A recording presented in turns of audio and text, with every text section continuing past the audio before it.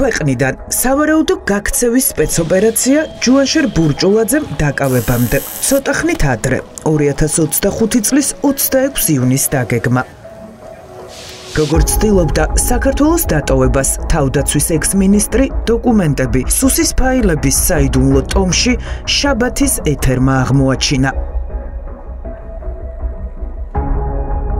26 იუნის დილით წყნეთიდან კარწახის გამშვებ პუნქტამდე ჯუანშერ ბურჭულაძემ 5 საათი იარა და თითქმის 250 კილომეტრი დაფარა.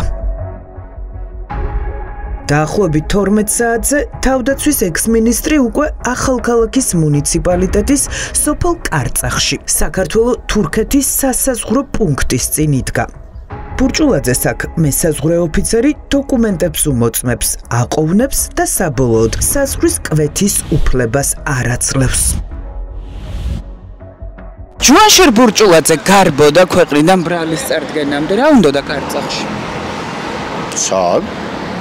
კარწახში. არ ვიცი ამაზე არაფერი. თურქეთში გარბოდა? არსად არ გარბოდა. აბა რატომ გადიოდა? საქართველოს ნებისმიერ მოქალაქეს უფლება აქვს დატოვოს საზღვარი. რატომ არ გაუშვეს? თუ ის კანონიერ იმყოფება საქართველოში. რატომ არ გაუშვეს? შეზღუდვა არ გაუშვეს, რასაც ამბობთ. ეს არის კანონდარღვევა. არ შეიძლება. რატომ არ გაასაჩივრა ბატონმა ჯუანშერმა? ეს არ გაშვება, აგერ მაქვს დოკუმენტები. ჩვენ ამაზე საუბარი არ გქონია. ჩნდება კითხვა, რატომ კარწახი? სავარაუდოდ ბაჩიაშვილის გაქცევის სცენარით ინსპირირებული ბურჭულაძე ქვეყნის დასატოვებლად საქართველოს უკიდურეს სამხრეთს ირჩევს. ეს საეჭვო გარემოებაა, რადგან კარწახის გამშვები პუნქტით ძირითადად სატვირთოების მძღოლები სარგებლობენ, რომლებიც დიდ ტვირთებს ეზიდებიან. ჩნდება კითხვა, თავდაცვის ექს-მინისტრს თურქეთში გამგზავრება თუ უნდა და შეეძლო ესარგებლა აეროპორტით ან მეზობელ ქვეყანაში სარფის გამშვები პუნქტის გავლით შესულიყო. თუმცა საქართველოს დასატოვებლად ბურჭულაძემ რატომღაც დაუსახლებელი ტერიტორია და კარწახი შეარჩია. ამ დროს ანტიკორუფციულ სააგენტოში ჯუანშერ ბურჭულაძის წინააღმდეგ საქმის ტომები დევს. მისი გამდიდრების და ჯარის ფულის მოპარვის საქმის გამოსაძიებლად კი სუსში განსაკუთრებულ საქმეთა გამომძიებლების სპეცჯგუფია შექმნილი. ჯარის ძარცვის სქემები კიას ცენტრში ლაგდებოდა, სურათ უყვაძე ამბობს ჩვენებაში. ჯარის ძარცვის ეს უპრეცედენტო ისტორია სუსის ფაილების მიხედვით აქ, აღმაშენებლის ხეივანში კიას ცენტრში 2023 წელს ერთი კონსპირაციული შეხვედრიდან იწყება. ბატონ ზურას ვეძებ. ტუკვაძეს. სად იმყოფება? არ გინახავთ. რომელ ოთახში შედგა კონსპირაციული შეხვედრა ჯარის ძარცვის თემაზე? სურათ უკვაძე კიას ცენტრის და 10-მდე კომპანიის მფლობელი 36 წლის ბიზნესმენია. ის თავად აღიარებს, რომ წლების განმავლობაში ჯარის ძარცვის სქემის თანამონაწილე თავადაც იყო, მაგრამ არ დაუკავებიათ, რადგან თავისუფლების სანაცვლოდ ხელი ჯუანშერ ბურჭულაძეს დაადო და ახლა პროკურატურის ოქროს მოწმია. რა სქემით ძარცვავდნენ ჯარს, ბიზნესმენმა სუსში 2025 წლის 18 ივლისს აღიარებით ჩვენებაში მოყვა და გამომძიებლებს მის კაბინეტში გამართული კონსპირაციული შეხვედრის შესახებაც უამბო. 2023 წლის დასაწყისში ჩემთან მოვიდა ჯუანშერ ბურჭულაძის ცოლის ძმა ვასილ მხეიძე. შემომთავაზა ჩემი კომპანიებით თავდაცვის ტენდერებში მონაწილეობის მიღება. სანაცვლოდ კი გარანტირებულ გამარჯვებას უზრუნველყოფდა მისი სიძე ჯუანშერ ბურჭულაძე იგივე ჯუთა. მე ვუთხარი, რომ მხოლოდ მის სიტყვას ვერ ვენდობოდი და უნდა მოეცა გარანტია გადაწყვეტილების მიმღებით თანამდებობის პირებისგან. ვასილ მხეიძე რამდენიმე დღეში ჩემთან ოფისში დაბრუნდა და დაასახელა პირები, რომლის სანაცვლოდაც მინისტრი ჯუანშერ ბურჭულაძე ტენდერებში ჩემი კომპანიის გამარჯვებას უზრუნველყოფდა.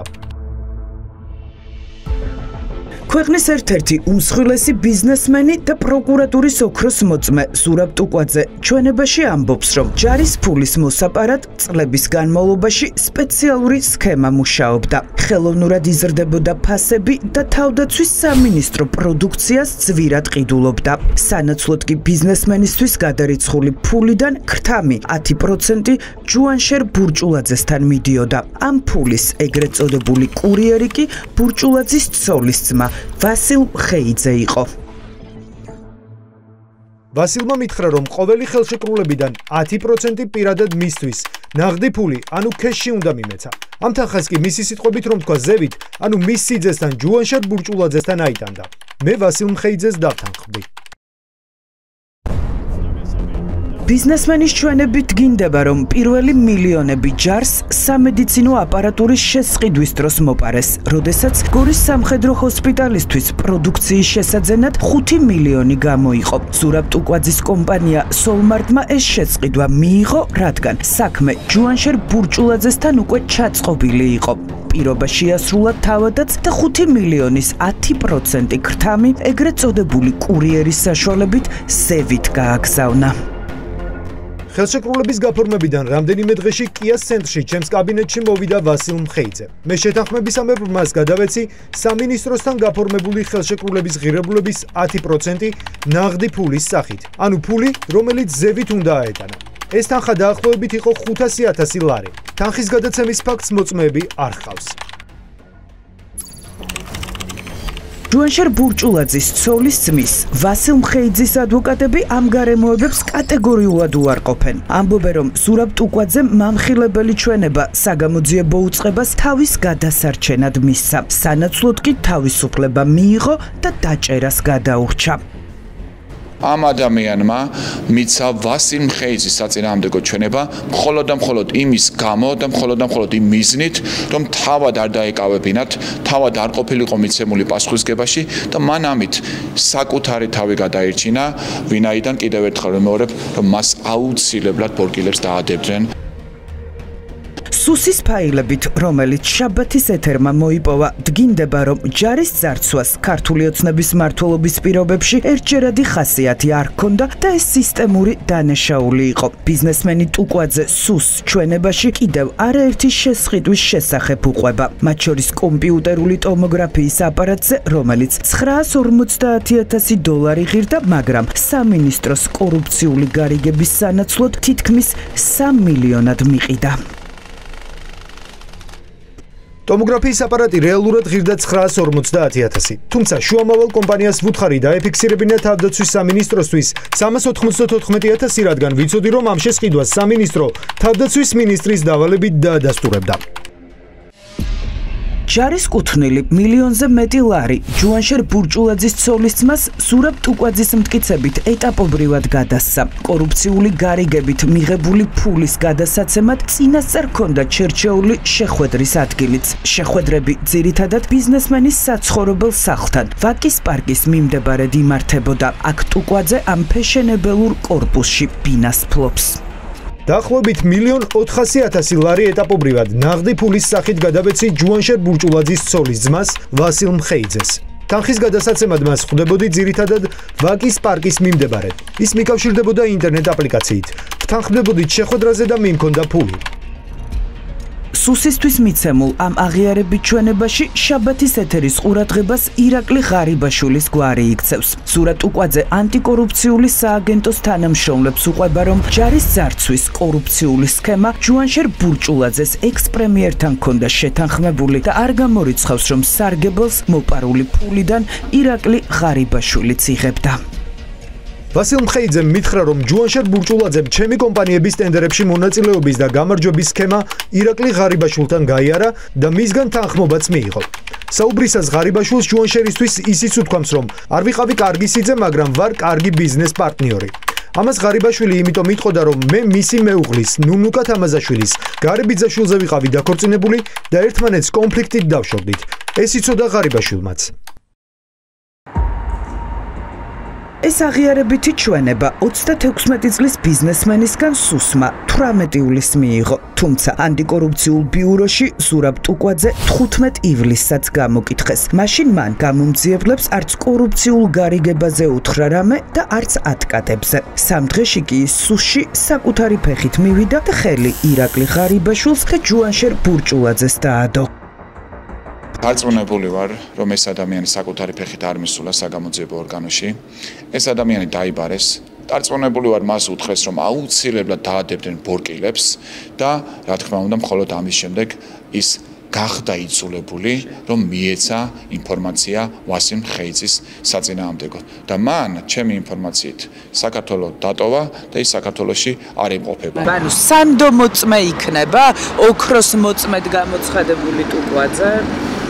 როდესაც მოწმე გამოძიებას ძალიან მოკლე ინტერვალში აძლევს ორ რადიკალურად განსხვავებულ ჩვენებას. გამოძიებამ იმის და მიხედვით კი არ უნდა შეაფასოს ეს ორი ჩვენება მას, რომელი აწყობს ბრჭყალებში. არამედ რამდენად შეესაბამება ეს ჩვენება სხვა მტკიცებულებებს, სხვა ფაქტებს, სხვა გარემოებებს და ასე შემდეგ. რასაც ჩვენ შემთხვევაში სამწუხაროდ ადგილი არ ქონია. როდის იტყუებოდა ზურა ტუკვაძე, რატომ არ აგო მან პასუხი ჯარიდან მიღებულ დიდ ფულზე ან ცრუ ჩვენების გამო და რა შეთანხმება აქვს საგამოძიებო უწყებასთან? კითხვების დასასმელად შაბათის ეთერი მასთან სამსახურში მივიდა. კიას ცენტრში ტუკვაძე რამდენიმე დღეა არ უნახავთ. თანამშრომლებმა გვითხრეს, რომ ის სავარაუდოდ ქვეყნიდან წავიდა. ბატონი ზურა ტუკვაძე არ არის სამსახურში? სად იმყოფება? მაგას ვეძებ. ანუ ამ ოთახში გაიმართა ჯარის ძარცვის თემაზე კონსპირაციული შეხვედრა? მაგაზე არ ფერო. ჩაკეტილია მისი ოთახი, სად იმყოფება? ვერ გეტყვით. რამდენი ხანია არ მოსულა სამსახურში? ყველაზე მეტია მე არ მინახია და. სადმე არ არის ქვეყანაში? არ ვიცი. დატოვა თუ არა ქვეყანა პროკურატურის ოქროს მოწმემ. ფაქტის გადასამოწმებლად შაბათის ეთერი მასთან სახლში მივიდა. ტუკვაძე დიდ დიღომში ამ სახლში ცხოვრობს, თუმცა სიხარულის 35 ნომერში ჩვენს კითხვებს არავინ უპასუხა. ტუკვაძე არც სატელეფონო ზარებს პასუხობს.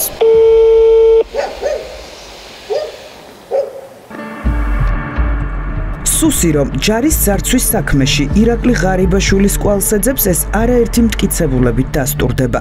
კითხვა: რა იცოდა სავარაუდო კორუფციულ გარიგებაზე ექს-პრემიერმა სუსში? ჯუანშერ ბურჭულაძესაც დაუსვეს, თუმცა ექს-მინისტრმა ღარიბაშვილს ხელი არ დაადო და ამით გამოძიებას მისკენ გზა ჩაუკეტა. ამ შესყიდვის დეტალებში არათუ იმდროინდელი პრემიერ-მინისტრი, მისი ნაკლებად სტრატეგიულობიდან გამომდინარე მეც კი არ ჩავრეულ ვარ.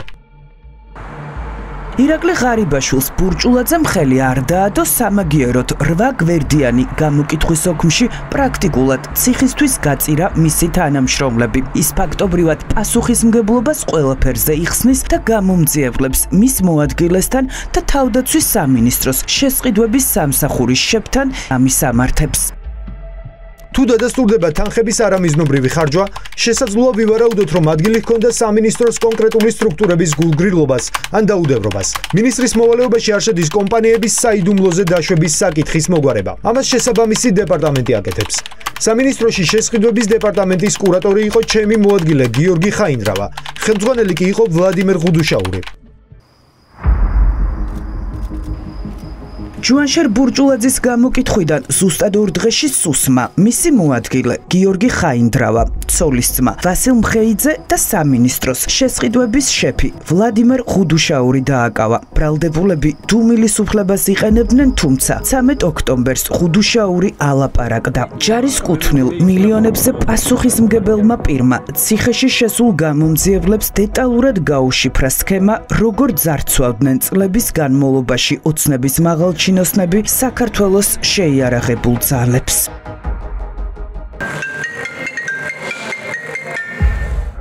ჯუანშერ ბურჭულაძის ზარი თავდაცვის სამინისტროს შესყიდვების სამსახურის შეფის მობილურზე მისი მტკიცებით აპლიკაცია სიგნალში 2022 წელს იმ დროს შევიდა, როდესაც კაბინეტში იჯდა. მინისტრმა ვლადიმერ ღუდუშაურს დავალება მისცა, რომ გორის ჰოსპიტალს სამედიცინო მოწყობილობები სჭირდებოდა და ეს ინვენტარი უწყებას ზურაბ ტუკვაძის კომპანიისგან უნდა ეყიდა. ჯუანშერ ბურჭულაძემ დამირეკა და მომცა ზურაბ ტუკვაძის ნომერი. დამავალად დავკავშირებოდი მას და მისი მითითებით განმეხორციელებინა შესყიდვები. მისიან მასთან დაკავშირებული კომპანიებით. მე ჯუანშერ ბურჭულაძეს დავთანხმდი, რადგან წარმოუდგენელი იყო შევწინააღმდეგებოდი მინისტრს. ეს ამბავი ვუთხარი მის მოადგილეს, გიორგი ხაინდრავასაც. მანაც მითხრა, რომ მივყოლოდი მინისტრის დავალებას. რამდენიმე დღეში მოვიდა ჩემთან ზურაბ ტუკვაძე და ჩამაწერინა 2 კომპანია, სოლემარტი და შეპესე დიჯის კომუნიკაციების მონაცემები. მითხრა, რომ ამ 2 კომპანიისთვის გამეგზავნა წერილები და რომელიც დაბალფას დააფიქსირებდა, ხელშეკრულება მასთან გამეფორმებინა. თავდაცვის სამინისტროს ექს-მაღალჩინოსანი ჩვენებაში ყვება, რომ სისტემაში კონტროლის ყველა რგოლი მოშლილი იყო. კორუფციული გარიგებების დასადებად კი შექმნილი იყო ხელსაყრელი პირობები, მათ შორის ფიქტიური კომისიები. აქ სისტემა ჯარის ძარცვაზე მუშაობდა. საბოლოოდ ტუკვაძის კომპანია არაერთ შესყიდვაში გამოცხადდა გამარჯვებულად კომისიის მიერ, მაგრამ კომისია თითქმის არასდროს შეკრებილა, რადგან გადაწყვეტილება მინისტრს ისედაც მიღებული ჰქონდა. ჯამში თავდაცვის სამინისტროს ტუკვაძესთან და მასთან დაკავშირებულ კომპანიებთან 19 მილიონ ლარზე მეტი ღირებულების ხელშეკრულება აქვთ გაფორმებული. 19 მილიონი სახელმწიფო ბიუჯეტიდან გაიცა, სანაცვლოდ კი მინიმუმ 10% უკან ქრთამის სახით მინისტრის გარემოცვამ მიიღო. სკანდალურ ჩვენებაში თავდაცვის სამინისტროს შესყიდვების სამსახურის უფროსი ვარაუდობს, რომ მოიპარეს მათ შორის გერმანიის ფედერაციისგან გადმოგზავნილი მილიონები, რომელიც ევროკავშირის ქვეყნისგან საქართველოს ჯარისთვის სამედიცინო ინვენტარის შესაძენად მიიღო. გერმანიიდან თავდაცვის სამინისტრომ მიიღო დიდი ფულადი დახმარება. ამ თანხის მიზნობრიობა ჯარისკაცებისთვის სამედიცინო ინვენტარის შეძენა იყო. არ მახსოვს, მაგრამ შესაძლებელია ტუკვაძის კომპანია ამ შესყიდვაშიც ფიგურირებდეს. ამ ჩვენების საფუძველზე ვლადიმერ ღუდუშაური გაათავისუფლეს, თუმცა თავდაცვის სამინისტროს ექს-მაღალჩინოსანი კამერებთან ამ ეტაპზე არ ჩნდება. ის ჩვენებას ჯუანშერ ბურჭულაძის წინააღმდეგ სავარაუდოდ სასამართლოში მისცემს. თქვენი სიძე როგორ გამოვიდა საჯარო ახსოვების დაწესებულებიდან? 11 წელია მუქრებოდა მას. ბურჭულაძის წინააღმდეგ მიცა ჩვენება? ჯარის ძარცვით და უკანონო შემოსავლების ლეგალიზებით თავდაცვის ექს-მინისტრმა სუსის მტკიცებით მილიონები იშოვა. მის სახელზეა რეგისტრირებული არაერთი უძრავი ქონება. This town was voted one of the best places to live in Europe. ეს ესპანეთია, მალაგაში, საკურორტო დასახლება ესტეფონა, საუკეთესო საცხოვრებელი ადგილი ევროპაში.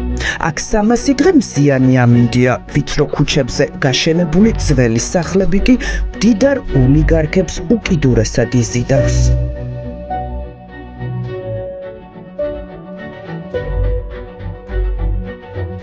აქ ესტაფონაში იყიდა თავდაცვის ექს-მინისტრმა ვილა ეზოთი, რომელშიც 9 მილიონი ევრო გადაიხადა. სუსის გამომძიებლებს კი ჯუანშერ ბურჭულაძის ცოლმა უთხრა, რომ ფული ჯერ ისესხეს. შემდეგ ვალი დედამთილის მიერ თბილისში ორთაჭალაში გაყიდული ბინის ფულით დააბრუნეს. 2025 წელს მე და ჩემმა ოჯახმა გადავწყვეტეთ ესპანეთში სახლის შეგვეძინა, რადგან იქ სწავლის გაგრძელება უნდოდათ ჩვენ შველებს.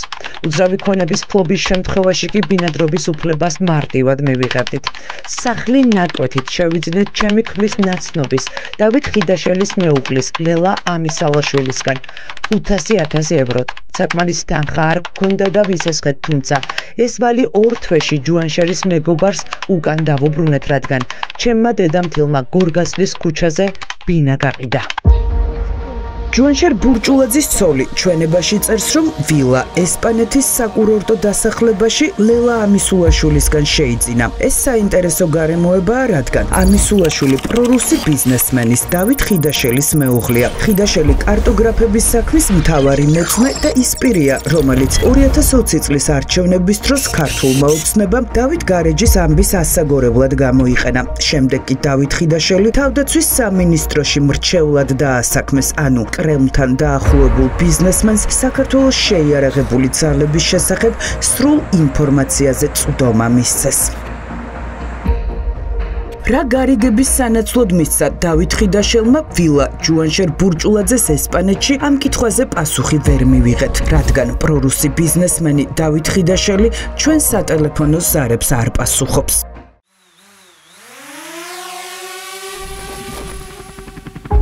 ჯუანშერ ბურჭულაძის ცოლი გამოკითხვის დროს ამბობს, რომ ათობით უძრავი ქონება, ავტომობილი და სხვა სიმდიდრე დანაზოგით შეიძინა. ფული კი ამერიკაში ფორტეპიანოს მასწავლებლად მუშაობის დროს მოაგროვა. ნინო მხეიძე, მუსიკის პედაგოგია.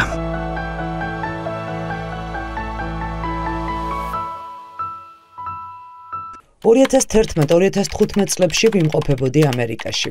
მუშაობდი ფორტეპიანოს პედაგოგად. უფრო ზუსტად კი ბავშვებს ვასწავლიდი პიანინოზე დაკვრას. როდესაც დაუბრუნდი, მქონდა დანაზოგი, მაგრამ რამდენი არ მახსოვს. თუმცა ვიცი, რომ ეს ფული წყნეთის სახლის რემონტისთვის გამოვიყენე. ამავე დანაზოგით ვიყიდე ნაკვეთები კახეთში, მაგრამ რამდენად და ვისგან არ მახსოვს.